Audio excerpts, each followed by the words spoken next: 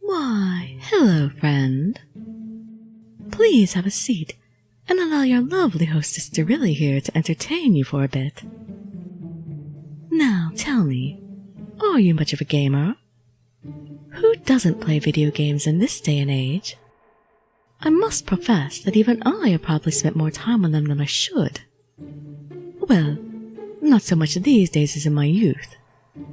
I'm quite surprised that games haven't really become all that much more innovative over the last 15 years or so.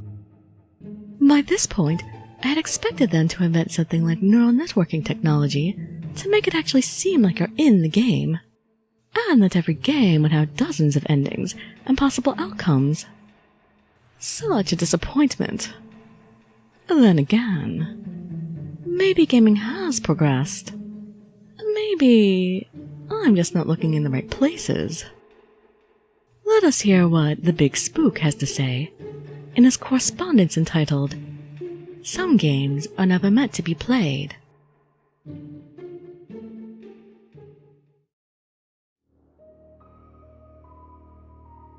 I thought it was just a game.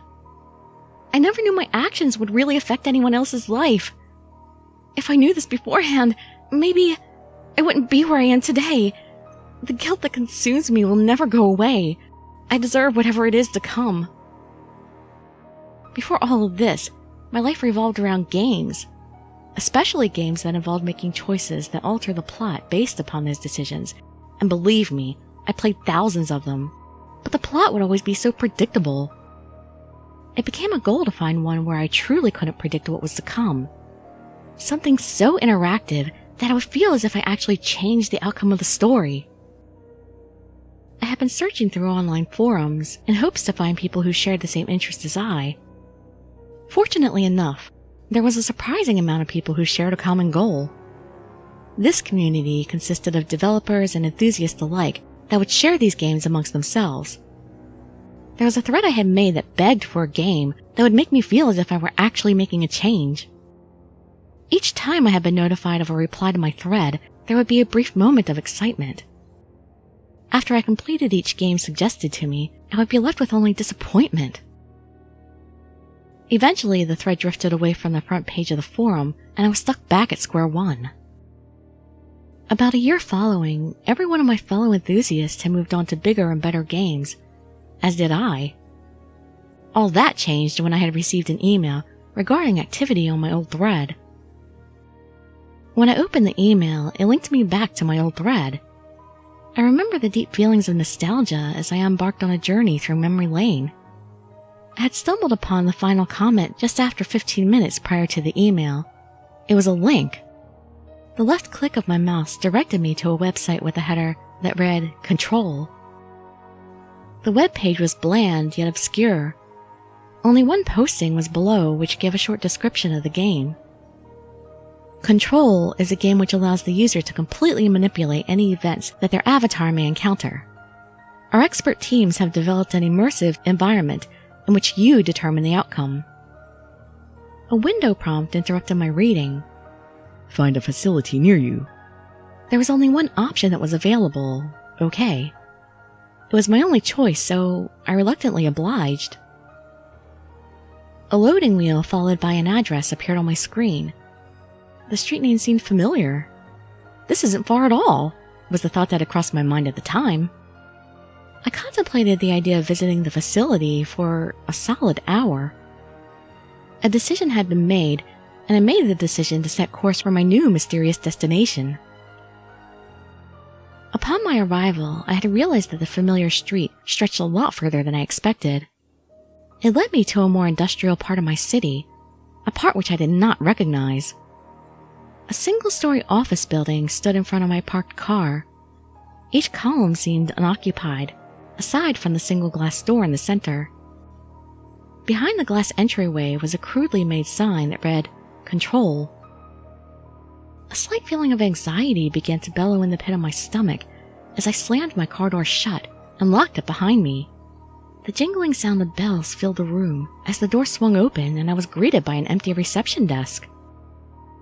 I stood there for a moment, tapping my toe impatiently, until I was greeted by a young bearded man. Oh, hey there. He gleefully welcomed me, but oddly avoided any form of eye contact. Yeah. I'm here to play the game," I replied. He perked up a bit and made the gesture for me to follow him as I did so.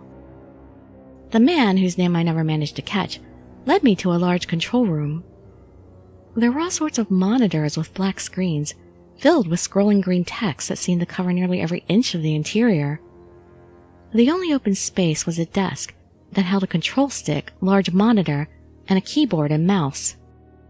A first-timer! I love it! The man exclaimed, while pulling the chair out from underneath the desk. Take a seat. Let's get this party started, shall we? With little enthusiasm, I took a seat in the withered old desk chair. The man then tinkered on with a few buttons and knobs. Following that, he hastily made his way out the door and left me there, alone.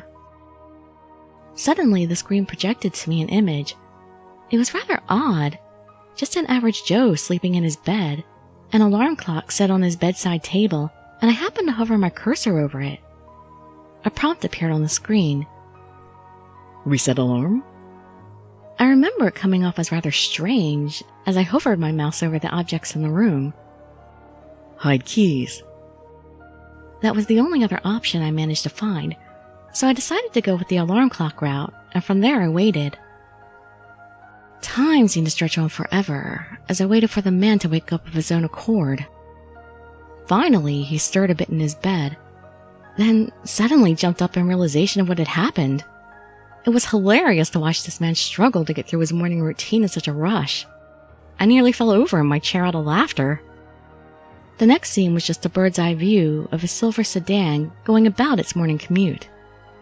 I hovered my cursor over the random items on the screen until I came across two different options. Number 1, brake failure. 2, flat tire. Since I'm such a cynical person, I decided to pick option 1. Soon enough, the car in front of him came to an abrupt stop.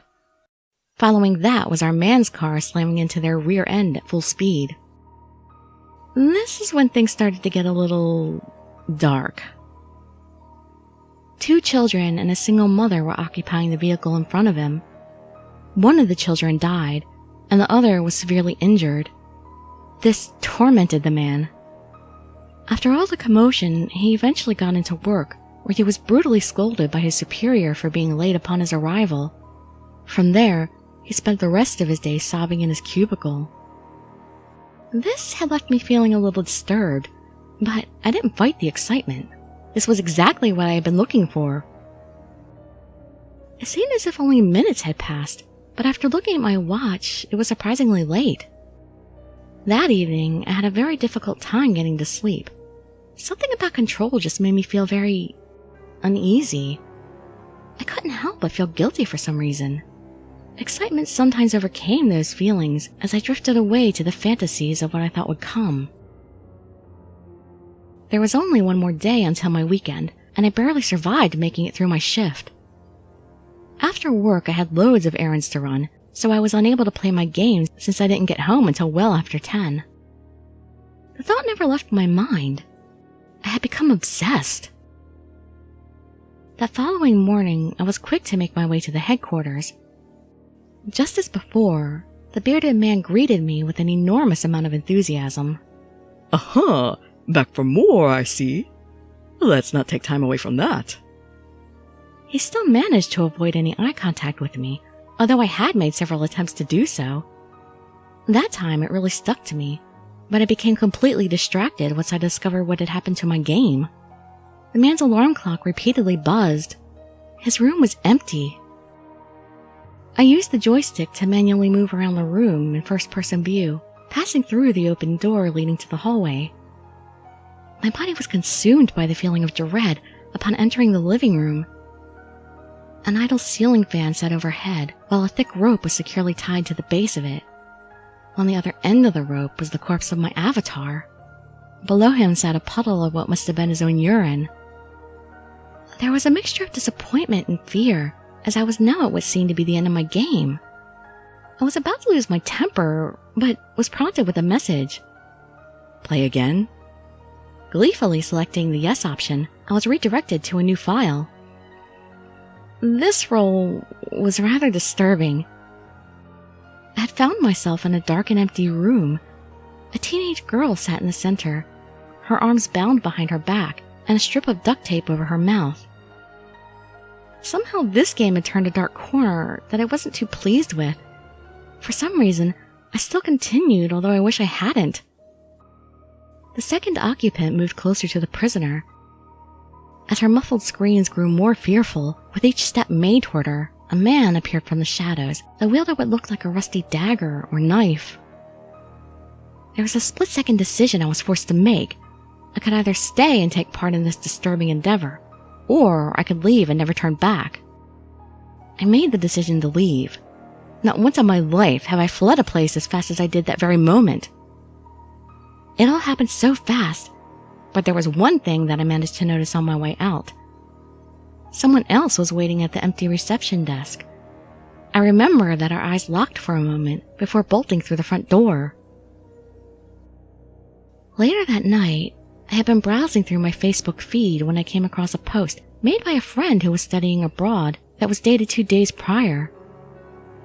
The post was just a regular complaint about how horrible the traffic was that morning. What managed to catch my eye was the first comment. I know. I was in traffic for hours. Apparently some idiot rear-ended a woman and her 2 kids. One of them died on the spot, and the other died later that evening in the hospital. Stomach vials started to rise up into my throat as I eventually put all the pieces together. That night, I did not sleep well, which hadn't come as much of a surprise. The next morning, my sleep was interrupted by the sound of birds chirping outside my bedroom window. It was now Monday morning, and my alarm clock was somehow shut off. I'm writing this now as a warning. I feel as if there's some presence watching me, and I have reason to believe I'm at its mercy.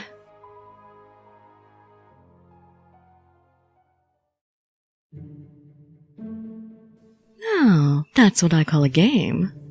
So many possibilities. Even after you've logged out and you're now the one on screen. Certainly can't claim that game story's on rails. I wonder, in this day of violent gaming, how would most people feel if it turned out the things they have been doing on screen this whole time were really happening in the world around them? That could be a rather long discussion, I suppose. And there's much to do before the night is out. No rest for the wicked. I hope you enjoyed our time together, and come again for another tale. Do be careful on your way out. Friend.